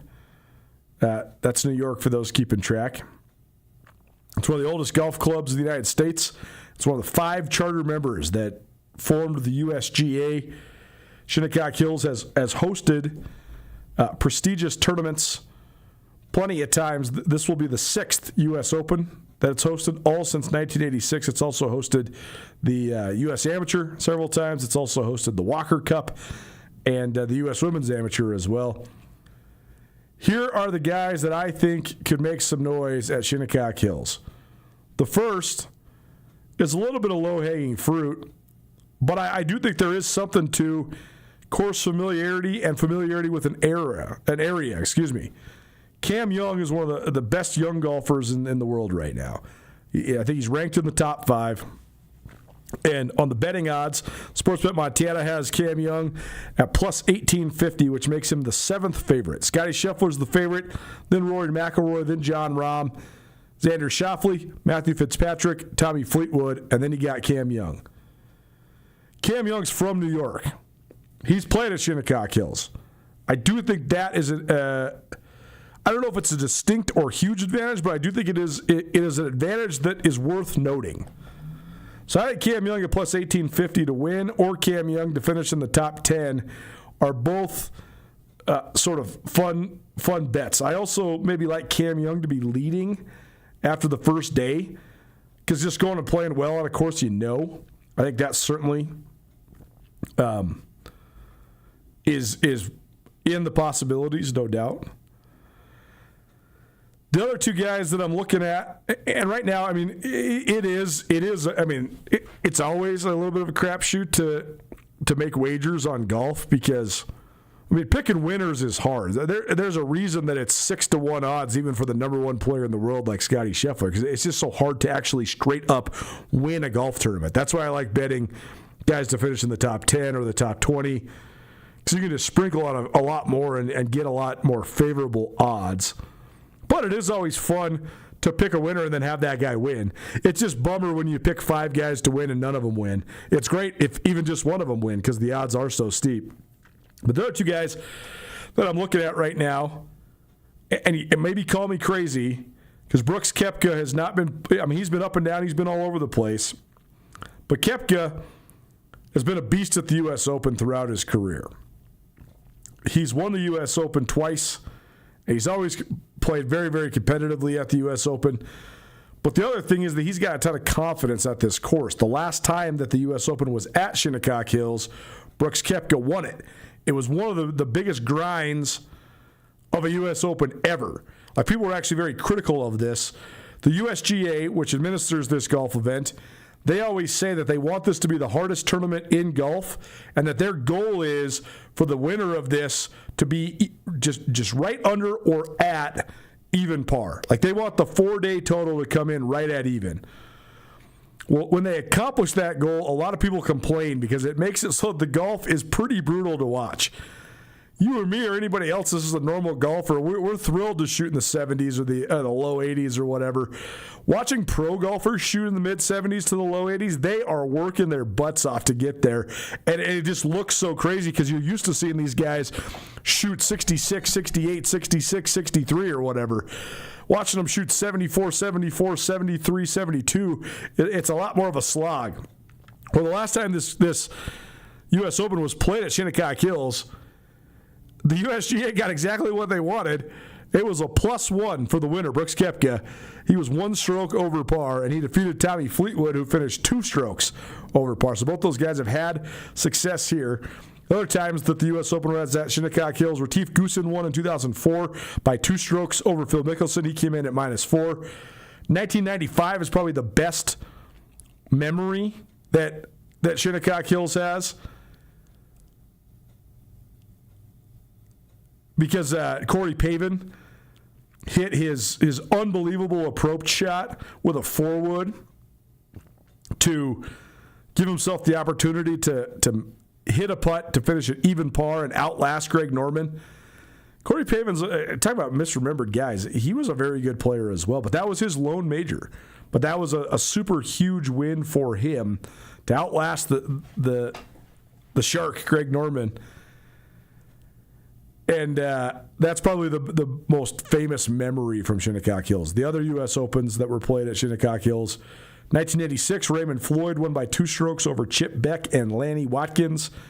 And then all the way back in 1896, James Folis won the U.S. Open by 3 strokes over Horace Rollins. Talking about guys that memories have faded. That's a long time ago. But I told you I'd give you 3. I like Cam Young. I like Brooks Koepka because of their experience at the course and because of the proximity to where Young grew up at. And then the third guy I like is, I've been stuck on Ludwig Åberg as like that guy that is the next guy to win a major. Well, now he's playing a lot of majors, and he's been the quote-unquote next guy to win a major for a long time. Not a long time, but several years. So I got to move off that bandwagon. I got to see him win one because I mean, he hits one of the most beautiful balls you'll see. I mean, his ball flight is unbelievable. It's majestic almost how high he hits the ball. But he's got to prove it to me that he can actually get it done on the biggest stage. So I'm off that bandwagon for a minute. But the young up-and-coming guy that I've been continuing to like more and more and more is Chris Gotterup. If you don't know about Chris Gotterup, he's only 26 years old. He's only been on the tour for, I think, 3 years. He only has 2 top 10s in majors, but one of them was at the British Open last year. He also finished 10th at the PGA Championship this year. But he's a guy that's performed well in big-time tournaments. He was a great college player. And I just really like his game. I mean, he pounds the ball off. I mean, all these guys pound the ball this day and age, but I mean, he was the Jack Nicklaus Award winner as the top golfer in collegiate golf during his time in Oklahoma. He took the Korn Ferry Tour by storm and then quickly worked his way onto the PGA Tour. And he's won 4 times, including at the Phoenix Open this year. He also won the Sony Open in Hawaii earlier this year as well. So he's strung together several victories in the last couple of years, and he's a guy on the rise. So I don't know if I like him to win it, but I do like him to make a run at that top 10. Because I think he's a talented up-and-coming guy that's ready for a breakthrough. Obviously, Rory McIlroy will almost certainly be right there, as will Scotty Scheffler, as will Jon Rahm. Unsure about Bryson DeChambeau. He's been so feast or famine lately. Other guys that could play well just because they handle U.S. Open conditions well probably include Colin Morikawa and Hideki Matsuyama just because they're pretty steady. You can find all these odds on Sportsbet Montana. Visit their website. I got it right up here in front of me. Great place to go check out some bets before you go down to the betting machine. Also, if you need to find where to bet, you can go to Where to Bet on their website, or you can click on Where to Bet on their app as well. Sportsnet Montana, helping us present our major championship golf coverage all summer long. Nuanez Now live from the Mo Club tomorrow. Come on, see us. Get yourself a Mo Burger. Maybe have yourself a beer. We'll be down there from 4 to 7 p.m. in association with the Grizzly Football Players Association.